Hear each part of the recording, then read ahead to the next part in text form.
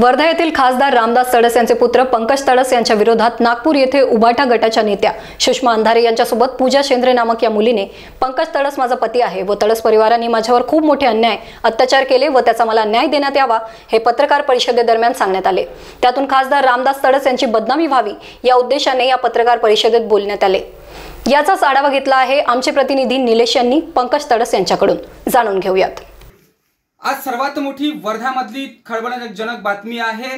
पूजा शेंद्रे नामक एका व्यक्तीने खासदार रामदास तडस यांच्या पुत्रावर आक्षेप घेतले आहे आणि सर्वात मोठं नागपूर या ठिकाणी जाऊन बदनामीचं एक पत्रकार परिषद घेतली आहे। त्यासोबतच सुषमाताई अंधारे देखील त्यांच्यासोबत पत्रकार परिषद होत्या। आपण जाणून घेऊ पंकज भाऊ नेमका प्रकरण काय आहे।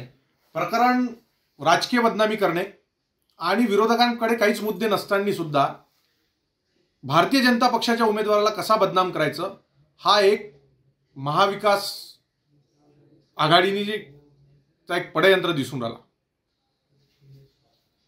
ज्या अर्थी आरोप तुम्ही करता ते आरोप तुम्ही पत्रकार परिषद घ्यायला तुम्हाला नागपूरला जावं लागतं। याचाच अर्थ तुम्ही हे हनी ट्रॅप मध्ये मला जसं फसवलं होतं 2020 मध्ये तसंच तुम्ही राजकीय हनी ट्रॅप परत माझ्यावर करत आहे, माझ्या कुटुंबावर करत आहे। यातून आपल्या हाती काहीच न लागल्यामुळं फक्त आणि फक्त प्रसिद्धीसाठी केलेला हा स्टंटबाजी आहे।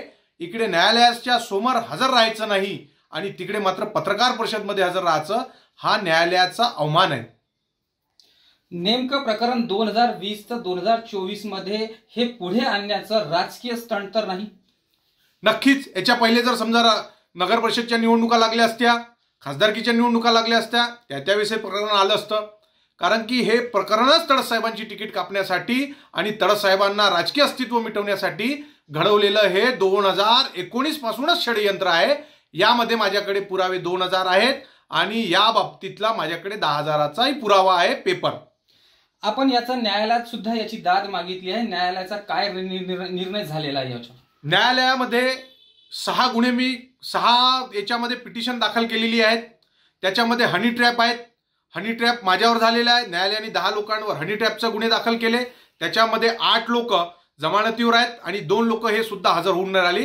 हे पूजा शेंद्रे का हजर होत नाही? कारण की आज तिला बदनामी करायची होती म्हणून न्यायालयासमोर ती हजर राहायची नाही। दुसरी गोष्ट, माझा विवाह रद्द करण्यासाठी मी भूमिका मांडली, न्यायालयात पुरावे दिले।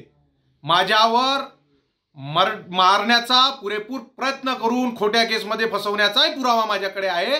पण मी न्यायप्रविष्ट प्रकरण असल्यामुळे काही पुरावे मी तुमच्याकडे सादर करू शकत नाही।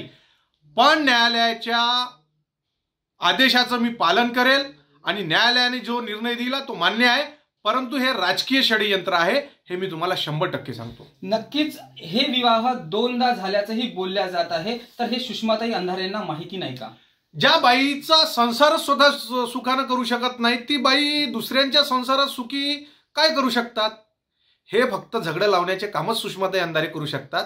तुम्ही झगडे लावा की काय करा, पण तडस परिवाराचा जनतेचा आशीर्वाद कमी होणार नाही। नक्कीच सुषमाताई अंधारे, तुम्ही झगडे लावू नका, कारण हे प्रकरण 2020चं आहे। या प्रकरण आता उघड केल्यामुळे यावर राजकीय परिणाम कुठलाही होणार नाही आणि रामदासजी तडस यांच्यावर सर्वसामान्य जनतेचा आशीर्वाद आहे। आत्ताच आपल्याशी बोलताना पंकज तडस बोलले आहे। Star Maharashtra news, Nilesh Pinjarkar, Wardha.